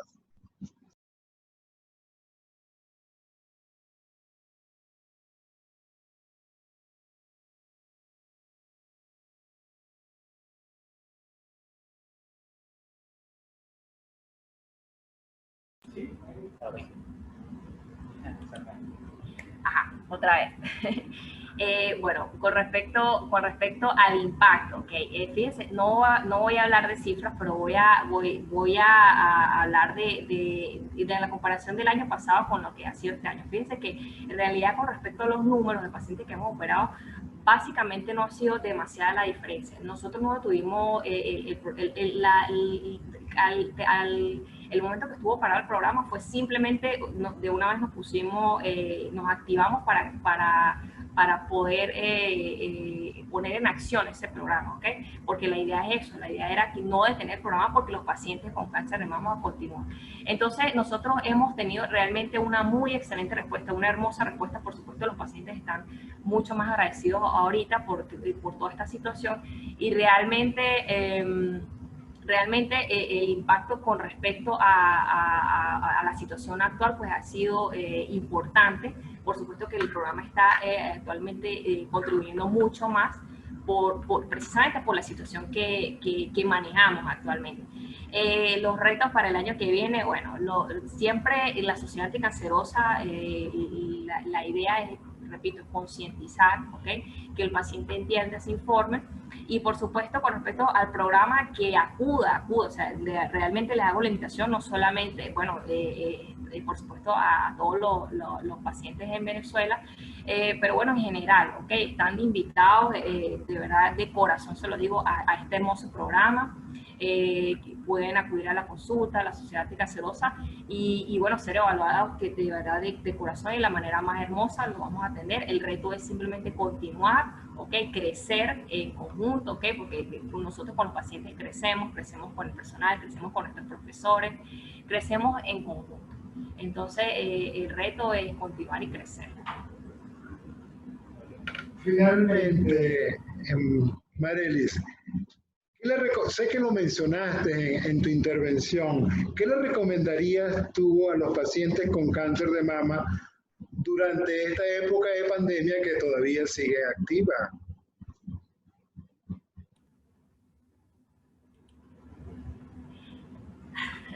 Bueno, ¿qué les recomiendo? Bueno, por supuesto que las recomendaciones van a depender dependiendo del paciente, no puedo darle las mismas recomendaciones a un paciente que tiene tratamiento activo con quimioterapia a un paciente que ya ha sido tratado y que simplemente ahorita está en sus controles, ¿verdad? Pero por supuesto, siempre el hecho de adherirse a la consulta médica, a su mastólogo, que se haga amigo. Nosotros los mastólogos somos tus amigos, ¿ok? Entonces el hecho de que se mantenga informado constantemente es importante. La información es realmente lo que nutre al paciente. ¿Por qué? Porque es esa semilla, ¿ok? Que el momento que este paciente está informado, cumple su tratamiento o en caso de que sea un paciente sano, cumple con su pesquisa, entonces que se mantenga como amigo. Los mastólogos no somos tus enemigos, somos tus amigos. Y por supuesto que acuda a la clínica de prevención, que debo informar que para el lunes ya comenzamos nuevamente, muy alegremente lo digo, ya comenzamos nuevamente la consulta. Entonces acude a tu consulta, infórmate, repito, somos tus amigos, queremos y estamos en deber de informarte. Y bueno, no hay nada más que decir sino concientizar. Muy bien, Marely, muchas gracias por tu intervención y te agradezco que hayas participado con nosotros. Bueno, continuando con el plan del día de hoy nos toca ahora, les voy a presentar, o tengo el honor y el privilegio de presentarles al doctor Carlos José Castro Espinosa, de la Liga Colombiana contra el Cáncer, un médico de dilatada trayectoria científica en Colombia y en toda América Latina, fuera de las fronteras de América Latina incluso. El doctor Carlos Castro es doctor en Medicina y Cirugía de la Universidad del Rosario, en Bogotá, en Colombia, por supuesto. Es especialista en Medicina Interna del Hospital Militar Central de la Universidad del Rosario. Es oncólogo y hematólogo de British Columbia University en Vancouver, Canadá. Es director del Instituto Nacional de Cáncer, exdirector del Instituto Nacional de Cancerología de Colombia. Exdirector del Centro Javeriano de Oncología de la Universidad Javeriana de Bogotá. Exdirector del Instituto de Oncología de la Fundación Santa Fe de Bogotá. Es exministro de Salud. Es presidente de la Asociación Colombiana de Mastología. Es miembro del Editorial Board de eCancer. Es miembro de American Cancer Society of Clinical Oncology, ASCO, y del European Society of Medical Oncology, ESMO. Es vocero y coordinador del Observatorio de Derechos Humanos de los Pacientes con Cáncer, ODESCA, en Colombia. Es profesor asociado de la Facultad de Medicina de la Universidad del Rosario, Andes y Javeriana, y actualmente es director científico de la Liga Colombiana contra el Cáncer. Ese es el currículum, un resumen curricular del doctor Carlos Castro. Es un inmenso placer tenerlo con nosotros a un personal tan destacado. Doctor Castro, muchas gracias por participar con nosotros en este webinar. Le doy la más cordial bienvenida desde la Sociedad Anticancerosa de Venezuela y de todo nuestro pueblo venezolano. Listo. Gracias, Juan. Voy a quitarme eso porque de lo contrario no me van a oír, pero es la invitación de que todos tengamos el tapabocas siempre a mano. Cuando hablamos no lo quitamos, pero si estamos deambulando por ahí, siempre tenerlo, distanciamiento social, lavado de manos, y que Dios nos ayude a sobrevivir la pandemia de este virus COVID-19 que, como dijo la licenciada Juana al comienzo, no nos puso no una nueva normalidad, sino una nueva realidad. Juan, muchas gracias por la invitación. Aprovecho también para darle las gracias a César Miranda, gerente de educación de la Sociedad Anticancerosa de Venezuela, y tener el honor y el privilegio de compartir este espacio con la licenciada Juana Ramírez, que siempre hace presentaciones muy especiales, y a la doctora Mateus, a quien no conozco personalmente, pero ya por referencias de un amigo común que tenemos, que es el doctor Farantes, allá en Italia. Ya me había hablado de ella, así que para mí es el honor, para mí es el privilegio de estar compartiendo con ustedes esto. Escuchando a la doctora Marelis, pues no es de extrañar que yo la escuchaba y yo decía, yo creo que la conferencia me da sobra, porque pues Colombia y Venezuela son dos naciones hermanas en todo sentido, no solamente por historia, sino por, diría que orígenes de los ancestros que estaban aquí y de los que vinieron de España. Así que yo creo que Venezuela y Colombia son dos países con muchas similitudes, diferencias a veces políticas que van y vienen, eso no son eternas. Lo único que es eterno es un sentimiento fraternal que nos une, nos ha unido y siempre nos va a unir. Así que cuando yo escucho a nuestros políticos y a los políticos de ustedes tratando de enfrentarnos, yo solamente suelto una carcajada porque no hay ni riesgos de que a los colombianos y a los venezolanos nos vayan a distanciar ni nos vayan a hacer pelear por cosas que no tenemos por qué hacerlo. Creo que nos unen muchísimas más cosas que las que nos diferencian y eso, como digo, va más allá de las circunstancias políticas que son temporales. Lo que no es temporal es el espíritu que nos une y que siempre nos va a unir. Dicho eso, quería como compartir, ya no voy a entrar en detalles, sino de compartir lo que estamos viviendo en Colombia, que no es muy diferente a lo de ustedes, con esta pandemia que nos cogió a todos de sorpresa. Y tenemos que reconocer que el cáncer de seno siempre es noticia, bien sea porque está aumentando su incidencia en el mundo o porque hay personajes especiales que nos hacen hablar de ese tema. Y es importante que se hable del tema de cáncer de seno, porque sí, lo decía la doctora Mateus, es una enfermedad que es un problema de salud pública, no solamente en Venezuela y en Colombia. Ustedes ven aquí en esta diapositiva la incidencia de los casos nuevos, que se diagnostican en Venezuela y en Colombia somos muy parecidos. Algunas diferencias en cáncer de cuello uterino que en Colombia ha ido disminuyendo. Yo creo que influye mucho la vacunación contra el VPH que estamos tratando de recuperar. Y bueno, de resto somos dos países con una epidemiología oncológica muy similar. Y no es de extrañar. Bueno, y Latinoamérica. Creo que si uno compara en esta diapositiva lo que está pasando en el resto del mundo, en el mundo desarrollado, y nos comparamos como región latinoamericana, pues zafando Argentina y Uruguay, que se comportan como países europeos. De resto, todos aquí, México, Colombia, Venezuela, miren que las barras de la incidencia y la mortalidad por cáncer de seno son muy similares en la región latinoamericana. ¿Eso es bueno y es malo? No, pues es la realidad. Yo creo que eso lo que nos permite es compartir experiencias de políticas públicas, de agenda pública, porque yo creo que la salud, indudablemente, que es un derecho fundamental para todos los seres humanos, tenemos que verlo como qué experiencias podemos compartir con ustedes en Venezuela, qué nos pueden también ustedes enseñarnos, porque somos dos países con muchas similitudes desde el punto de vista de la epidemiología de las enfermedades.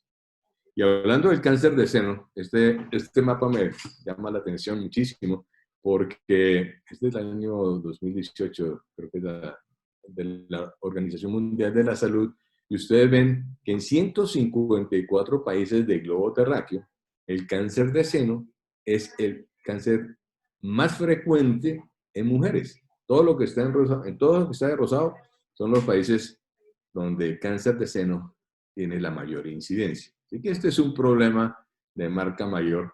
Y eso tiene cosas buenas, sí, y cosas malas. Las cosas buenas que obviamente es indudablemente el tumor al cual más le invierten dinero para investigar su origen, su biología, su comportamiento y también tratamiento. A ningún otro tumor le invierten tanto dinero para investigar nuevas estrategias terapéuticas, y el camino que ha abierto la investigación en cáncer de seno se ha reflejado en descubrir nuevas formas de tratar otros tumores, porque lo que se descubre con un tumor se puede aplicar en buena parte en los otros tumores. Así que gracias al cáncer de seno, gracias a que está esparcido por todo el mundo, eso ha permitido también igualmente avanzar en el conocimiento de qué es el cáncer de seno y descubrir nuevas formas de tratamiento. Recientemente, pues todos los que estamos en esta área estamos gratamente sorprendidos de las puertas y las ventanas de esperanza que abre la inmunoterapia. Y bueno, ya comienzan a salir también los primeros estudios incorporando la inmunoterapia para algunos tipos de cáncer de seno. y esto realmente ha sido uno de los grandes avances de este inicio del siglo XXI.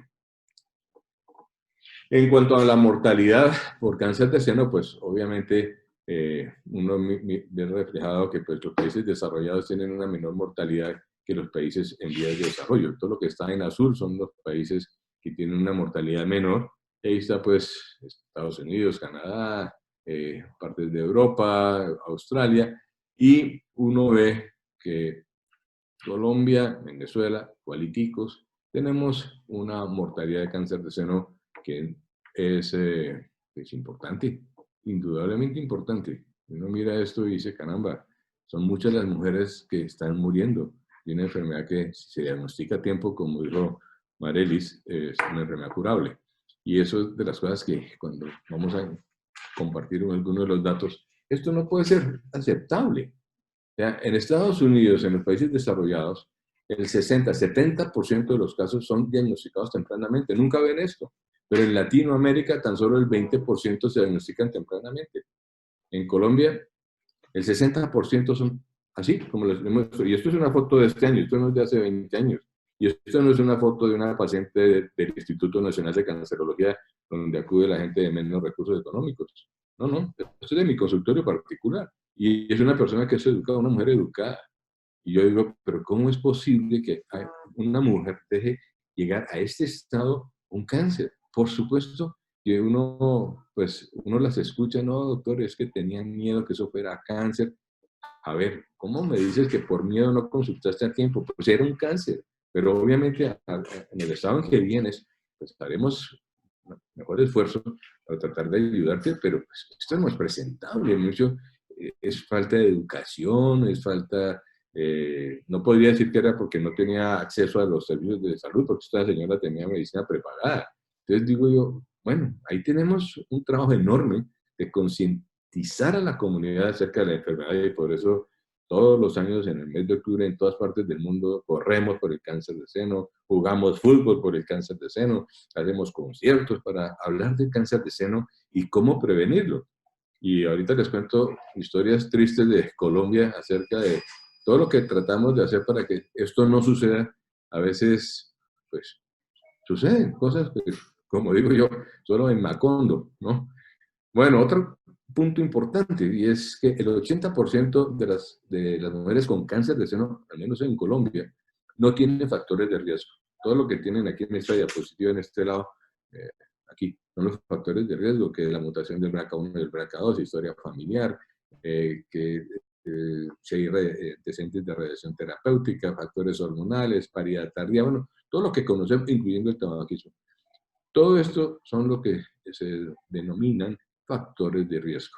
Bueno, en las estadísticas colombianas, el 80%, casi el 80% de las mujeres con cáncer de seno no tienen factores de riesgo asociados.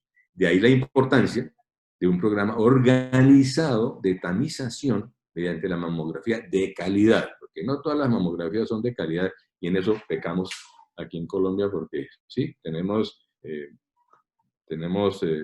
programa de mamografía y está gratuita para las mujeres entre los 50 y los 69 años.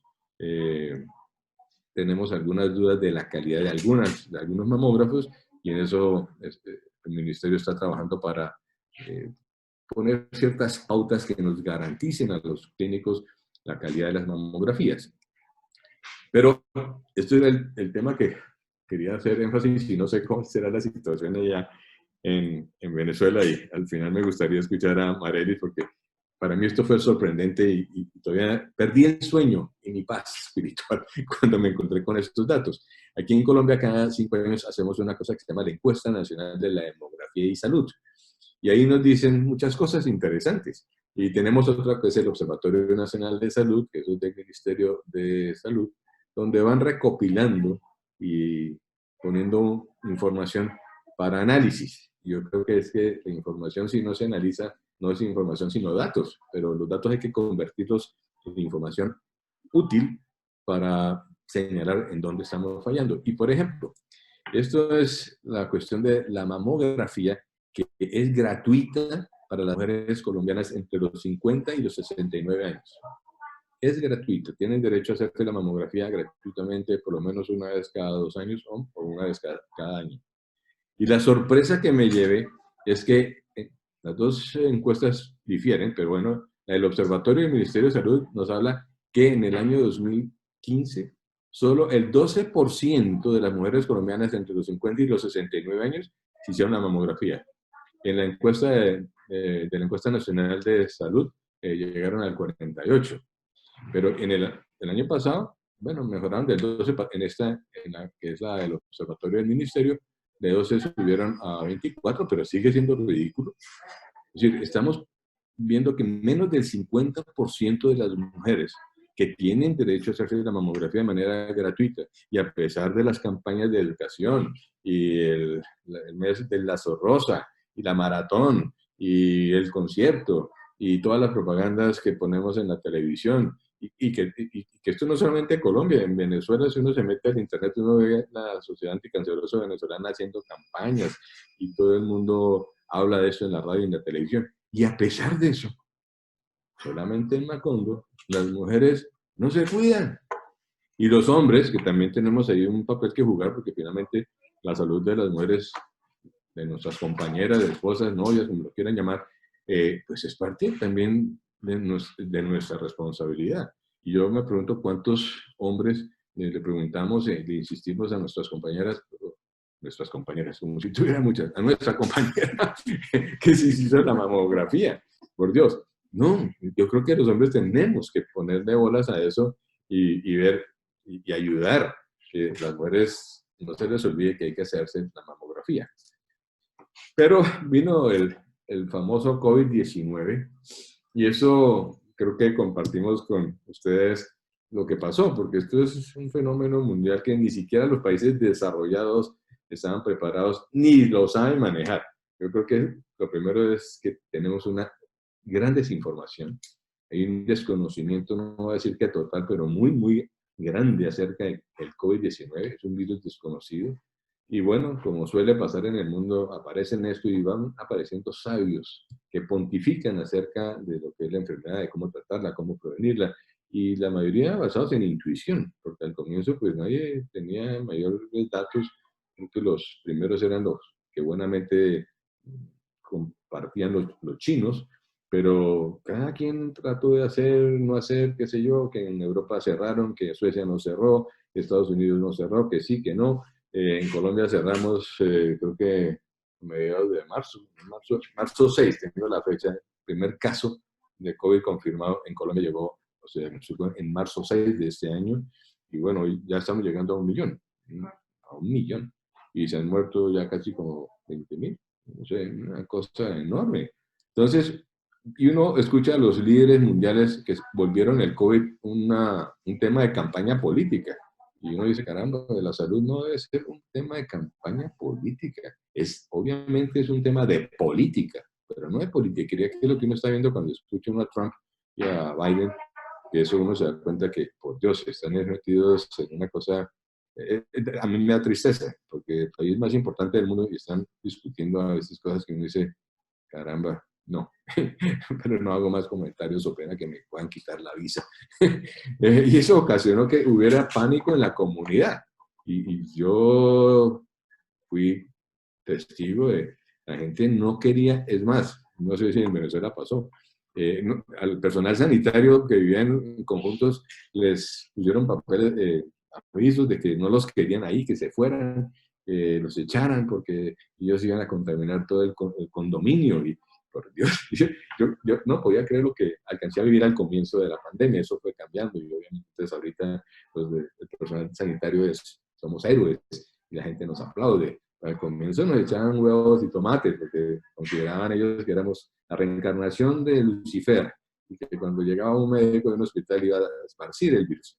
En fin, y la gente creyó eso, el hospital es sinónimo de contagio, y por supuesto entonces no fueron, dejaron de ir a los hospitales, dejaron de asistir a sus controles, muchos suspendieron sus tratamientos de manera voluntaria. Yo creo que escuchando a la doctora Mateos vi que en la Sociedad Anticancerosa de Venezuela no pararon, sino hicieron lo que tenían que hacer, Pero aquí en Colombia, que tampoco paramos, aquí en la Liga Colombiana contra el Cáncer, no se paró en los centros donde hay, en las instituciones donde hay centros de oncología, no pararon. Al comienzo, por el cuento de la angustia de las UCIs y esto, restringieron algunas cirugías que requerían UCI por obvias razones, mientras se tomaban las medidas necesarias para que si llegaba pues el tsunami de los del COVID, pues hubiera sido disponible. Pero eso fue en el primer mes. Después, pues no. Y como digo, ahí nos fuimos aprendiendo sobre la marcha. Desafortunadamente también hubo intereses politiqueros en eso, y entonces el presidente decía blanco y la alcaldesa de Bogotá decía negro. Bueno, aciertos y desaciertos, como dice. Nos metieron en cuarentena estricta, se suspendió el transporte público. Entonces una persona que viviera en las afueras de Bogotá pues no tenía cómo llegar al hospital.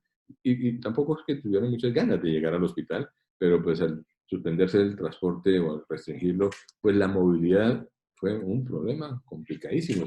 Para colmo de males, pues también hubo necesidad de cielos cerrados, y entonces muchos de los radioisótopos que se requerían para, por decir alguna gamografía ósea, pues no llegaban. Entonces no se podían agendar pacientes para hacer una gamografía porque no había el radioisótopo, etcétera, etcétera.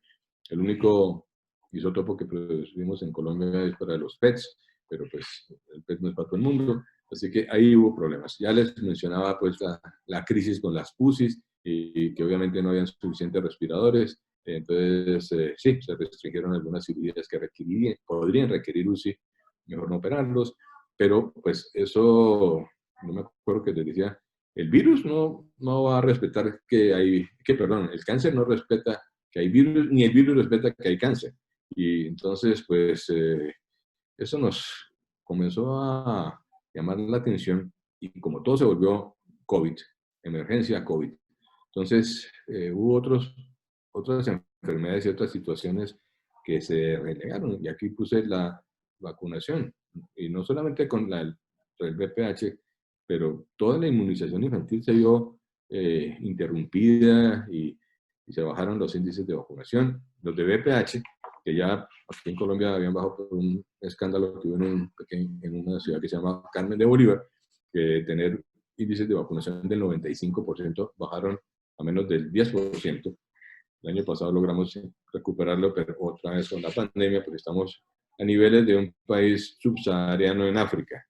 Entonces, eso es terrible, y pues esto también no nos ayuda a mejorar la cosa. Pero bueno, estamos aprendiendo sobre la marcha y queremos mejorar esto. Pero esto, al final aquí donde está esto. Los estudios de tamizaje interrumpidos, pero no porque los hospitales no quisieran tomar las mamografías o hacer las citologías, no. Los pacientes, ellos veían el hospital como el sitio donde a la fija me van a contaminar, me van a contagiar de ese virus espantoso, mejor no vayamos. Y vuelvo y repito, se les olvidó que existen otras enfermedades que si no nos ponemos juiciosos, nos van a pasar una cuenta de cobro enorme. La doctora Mateos ya lo mencionó, hay un consorcio en Estados Unidos conformado por varios centros oncológicos de Norteamérica, quienes ante la pandemia hicieron una serie de recomendaciones para priorizar y tratar. Entonces, un triage, entonces, el triage rojo, el naranja, el verde. La doctora lo explicó con detalle y no quiero volverlo a repetir, pero era como una serie de pautas que obviamente cada institución las puede modificar, pero vuelvo y repito, nosotros aquí en la Liga no suspendimos ningún tratamiento, no se cancelaron cirugías, sino que veíamos que era la gente la que estaba reticente y con muchos temores, y en eso hubo necesidad de hacer una gran campaña. Todavía estamos en eso, porque no puedo decir que se haya ido el miedo, ¿no? Y después el COVID tampoco se ha ido. Pero comenzamos a explorar nuevas cosas que yo creo que son de los frutos de estas crisis. Yo creo que toda crisis trae cosas buenas.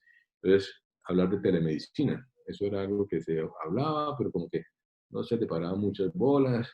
Bueno, no, la telemedicina es una solución para estos momentos donde obviamente una persona de edad con alguna otra comorbilidad, pues uno quisiera que no se expusiera. Entonces, la telemedicina es una buena forma de tratar de no descuidar totalmente a los pacientes y dejar las consultas presenciales para casos muy, muy especiales. Aquí, por regla general y por orden del ministerio, todo paciente que vaya a ir a cirugía debe tener la prueba de COVID del PCR. Y los pacientes asintomáticos, ojo, asintomáticos que requieren quimio o radioterapia, no les pedimos, no es mandatoria la prueba. Si la quieren hacer, se la pueden hacer, pero para eso no. Para cirugía sí es mandatoria. El manejo multidisciplinario, las famosas juntas de tumores, etcétera, se siguen haciendo, pero obviamente virtuales, porque pues cualquier medida que tengamos para cuidarnos todos es poquita. Y somos muy estrictos en estos protocolos de bioseguridad y elementos de protección personal. Son mandatorios. Aquí en la liga no dejamos entrar ningún paciente si no pasa primero les enseñamos cómo prevenir el COVID. Entonces, el lavado estricto de manos y les estamos enseñando a lavarse las manos de manera adecuada, porque la gente cree que eso es meter las manos debajo del chorro de la agüita y ya secarse las manos. No, les decimos que tienen que frotarse dedo por dedo, etcétera, y más o menos les decimos que tienen que lavarse las manos por lo menos entre 15 y 20 segundos. Luego la cuestión de si van a estornudar, que el tapabocas, protección ocular, si no tienen anteojos, pues les ponemos unas viseras. Bueno, y una vez que ellos han leído esto, entran y se les toma la temperatura. Si tiene fiebre, no entra y nos ponemos en contacto con su asegurador para que les tomen la prueba. Y el personal de enfermería que labora en la liga antes de entrar un paciente al área de la quimioterapia, tiene que nuevamente desinfectarse con estas sustancias especiales y a todas ellas les exigen tener estos elementos de protección personal por seguridad de nuestro personal y de la gente que viene. Hoy en día, yo no vacilo en decir que no conozco el primer caso, aquí en Bogotá al menos, de una persona que haya ido a un hospital a tomarse una mamografía y se haya contaminado. No conozco. Es simplemente una cosa que está en la imaginación de la gente. Y esto es la guía temprana de atención y el diagnóstico de cáncer temprano que tenemos aquí en Colombia. Les decía que todas las mujeres que tengan entre 50 y 69 años tienen derecho a la mamografía gratuita. Se les hace mucho énfasis en el examen clínico de la mama a partir de los 40. El autoexamen lo seguimos haciendo propaganda, pero les decimos que eso no es suficiente, porque mucha gente cree que por tocarse el seno así nomás ya estuvo. No. Sí ayuda, pero no queremos que la gente crea que porque se hicieron el autoexamen las cosas están bien. Y otra cosa importante, aquí en las aseguradoras como se agarran para no hacer las cosas como deben hacerlo. Entonces dicen, si una niña de 40 años viene a pedir una mamografía porque tiene una lesión, que el médico dice que quiere una mamografía, se las van negando porque no, usted no tiene sino 45 años. Entonces hay que hacer énfasis que el hecho que usted tenga 45 años no significa que no le puedan hacer la mamografía. Ya no será mamografía de tamizaje, será una mamografía con criterio, con intención diagnóstica, pero se le debe hacer, y en eso el Observatorio por el Derecho de los Pacientes de ODESCA está detrás de eso, que no malinterpreten las disposiciones y le autoricen las mamografías a todas las mujeres que lo requieren. Y esto muy brevemente es para decir lo que está pasando con la pandemia. En estos los años anteriores, y cuántas mamografías se estaban haciendo en el 2017, en el 18, en el 19, y llegó la pandemia y mire, las mamografías de tamizaje en Colombia prácticamente desaparecieron. Y en estos días tuve el caso de una paciente de 60 años, quien a pesar del COVID sabía que tenía que hacerse la mamografía, no se había palpado nada a ella, su autoexamen ella misma me dice que era normal, pero le tocaba la mamografía y me llamó y le dije, háztela, ve a un sitio bueno, obviamente, ve con todos los medios de protección biológica, y le tomó la mamografía y le encontraron un tumorcito de 0,5 centímetros. Reto alveolar, biopsia positiva, y lo mejor del cuento es que salió con receptores hormonales negativos y el HER2 positivo. O sea que si esta mujer, por el miedo al COVID, no se hace la mamografía, hubieran pasado 6, 8, de pronto hasta que hubiera terminado la pandemia, que vaya a saber Dios cuándo se acaba. Y en un año, con un tumorcito que en ese momento era el tamaño de una lenteja, hubiera llegado con un tumor de mal pronóstico, del tamaño de un limón, y las posibilidades de curación bastante comprometidas y las posibilidades que ese tumor HER2 positivo hiciera metástasis, pues obviamente bastante altas. Esos son datos del Instituto Nacional de Cancerología de este año y la campaña en que estamos todos ahora está diciendo, ve a tiempo y que el COVID no te detenga. O sea, no por el COVID debemos dejar de asistir porque esto es lo que están viendo en el Instituto de Cancerología. Todo bajó. Las consultas oncológicas bajaron, las cirugías oncológicas bajaron, las quimioterapias, las radioterapias, todo bajó a unos niveles enormes, radioterapia menos del 40%. Pero, vuelvo y repito, no porque el instituto no esté irradiando, la gente le cogió terronera asistir a los hospitales. La UICC está lanzando en el mes de septiembre un proyecto, un nuevo programa para cáncer de seno para todo el mundo. Yo creo que a todos los que estamos en la región latinoamericana, que tenemos muchas necesidades, vale la pena que lo miremos, nos pongamos en contacto con la UICC. Yo creo que la UICC es medio burocrática, pero puede ayudar y yo creo que vale la pena que todos miremos y le saquemos ventaja, no provecho, ventaja a estos programas que creo que pueden ayudar si sabemos cómo aplicar a estas posibilidades de ayuda que nos ofrecen. Los objetivos de la OICC es que para el año 2025, o sea, esos entre 5 añitos, ellos quieren acelerar y facilitar la formación de líderes de cáncer de seno. Y pues me encanta saber que la doctora Mateus es exalumna de la Fundación Humberto Veronesi y que otros venezolanos también puedan llegar allá y formarse, porque es mucho lo que tenemos que hacer en nuestros países. Hay que fortalecer las capacidades de organizaciones de pacientes, apoyar a nivel nacional y regional todo lo que sea para controlar el cáncer, no solamente el cáncer de seno, creación de redes. Yo creo que este tipo de actividades, intercambiar experiencias de ustedes con nosotros, pues bienvenidas.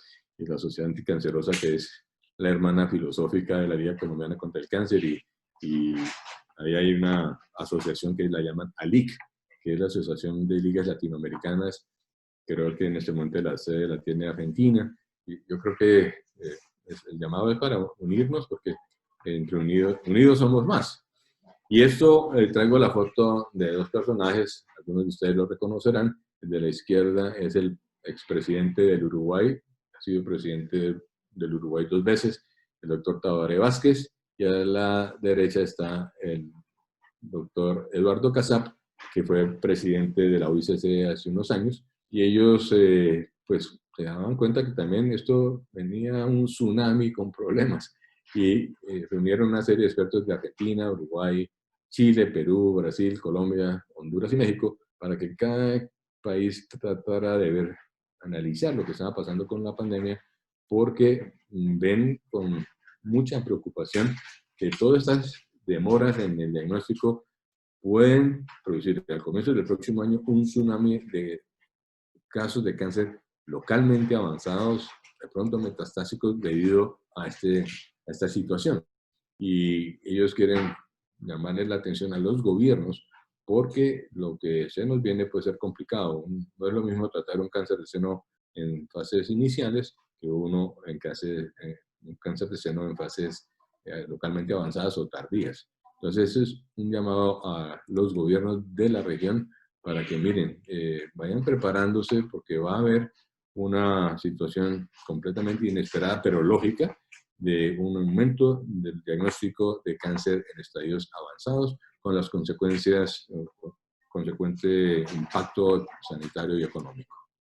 Así que esto son de las propuestas que hacen los expertos de estos países, y el doctor Tabaré Vázquez y el doctor Casap están enviando una serie de comunicados a los gobiernos de estos países para que miremos las cosas antes de que lleguen. Se sugieren tratamientos de radioterapia más cortos para evitar riesgos de contagio, hospitalizaciones breves, teleconsulta médica, en fin, una serie de cosas que creo que cada país tendrá que analizar y ajustar a sus disponibles posibilidades, porque esto es real. Si no hacemos algo, ¿quién va a hablar por los muertos? Y no olvidar que no todo es COVID, que no podemos olvidar que existe, que nos está matando a muchos seres humanos, pero que otras enfermedades, si las descuidamos, nos pueden matar también muchos más. Y con esto creo que les doy las gracias totales y listo para cualquier pregunta que tengan. Muchas gracias nuevamente a todos los que organizaron este evento, a los participantes, a los que han estado juiciosos oyéndonos. Muchas gracias.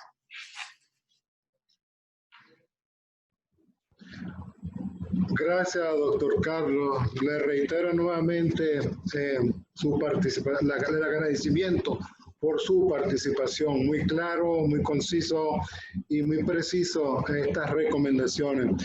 Hay algunas observaciones que me han llegado. Algunas las trató en la conferencia, sin embargo voy a mencionar algunas. Por ejemplo, ¿cuál considera usted que es el mayor riesgo de los pacientes oncológicos en la época de pandemia? ¿Y de qué manera puede disminuirse el riesgo? Aquí está otra. ¿Cuánto tiempo estima usted que los protocolos de atención y prevención de pacientes con cáncer de mama o cáncer de seno deben ajustarse a esos tiempos en la pandemia? Por lo tanto, ¿cuál es el mayor desafío para la Liga Colombiana contra el Cáncer? Hoy he visto dos desafíos grandes, que uno, el cáncer no es tan rosa, y otro, que todo no es COVID. Esos dos mensajes, uno dejado por Juana Ramírez y uno por usted, de verdad que invitan a la reflexión. Gracias, Juan. No, yo creo que, vuelvo y repito, si mantenemos las medidas de autoprotección y observamos las sugerencias de la Organización Mundial de la Salud del distanciamiento social, tapabocas y lavado de manos, y el personal de los hospitales se protege, yo honestamente creo que no hay absolutamente ningún problema para que estos tratamientos no se interrumpan. Modificar los tratamientos de quimioterapia en este momento por el COVID me angustia, que estamos entrando como a experimentar, y por ética no me gusta comenzar a experimentar. Creo que debemos seguir haciendo lo que ya está demostrado que sirve. Lo otro lo puede hacer uno por intuición, entonces ven, no te voy a dar un ciclo cada semana, sino 20 cada 4 semanas. Eso es medio experimental. Cada país o cada grupo médico pues solamente tendrá la libertad de analizar, y yo creo que eso es parte de la autonomía médica y de los grupos, y entonces yo me imagino que en Caracas la Sociedad Anticancerosa reúne su grupo de expertos, de oncólogos, de epidemiólogos, de radioterapeutas, en fin, las enfermeras pueden contribuir mucho en eso, y entre todos ver qué es lo mejor para Caracas, que puede ser diferente a lo que para Buenos Aires o Lima o Bogotá. Yo creo que cada entidad tiene suficiente gente, suficiente criterio para analizar la realidad de cada situación de cada país, y siempre teniendo en cuenta qué es lo mejor para los pacientes, tomar las decisiones científicas basadas en algo obviamente de ciencia, y seguir, pero sin temor. O sea, al virus del COVID, respeto, pero temor, no.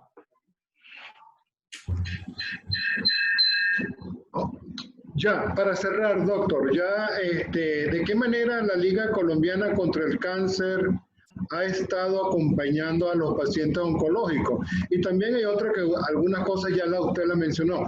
Los pacientes oncológicos deben reforzar los cuidados en casa, dado los factores de riesgo existentes por la enfermedad. Sin embargo, también deben prevalecer los controles y el acompañamiento por los profesionales de la salud durante esta etapa de distanciamiento social. Con esto cerramos, doctor.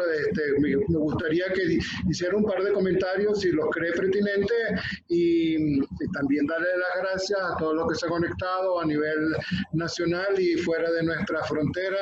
Creo que la participación de dos invitados tan importantes como la licenciada Juana Ramírez del exterior y al doctor Carlos Castro y Marelis Mateo nuestra, le ha dado, digamos, señorío a nuestro webinar. Muchas gracias. Doctor, le dejo las dos preguntas, a ver si tiene algún comentario adicional sobre eso. Sí, de hecho, qué buena pregunta, porque de hecho nos pasó hace unos 15 días, una de las auxiliares que trabaja aquí en la Liga Colombiana llamó a decir que se sentía como con dolor de garganta, con gripa, y le dijimos, no, si estás con gripa, con fiebre, no vengas, vamos a mandar a hacerte la prueba. Le mandamos a hacer la prueba del virus PCR y salió positiva. Entonces, muy bien, inmediatamente se hace lo que se llama el cerco epidemiológico, quienes estuvieron en contacto con ella en los últimos días, qué pacientes estuvieron. No se arrojó nada, se les hizo la prueba a todo el mundo, solamente ella, y ya quedó pues en manos de la Secretaría de Salud, que le ordenó cuarentena estricta, no podía salir de su casa. A los 14 días le repitieron el PCR y salió negativo y ya se reintegró. Y si un paciente llega con COVID, tenemos un área de aislamiento especial, tenemos ya un protocolo que se implementa, no ha llegado ninguno, pero si llegara, tenemos el esquema y el protocolo de cómo atender a un paciente con COVID. Paciente con COVID no lo vamos a tirar a la calle ni lo dejaremos de atender. Tenemos un área de aislamiento para tratar a estos pacientes y ya todo está organizado que si eso llega a pasar, le vamos a brindar la atención que merece, también obviamente protegiéndonos nosotros y el personal que labore en la liga. Todo se puede hacer con juicio y buen criterio.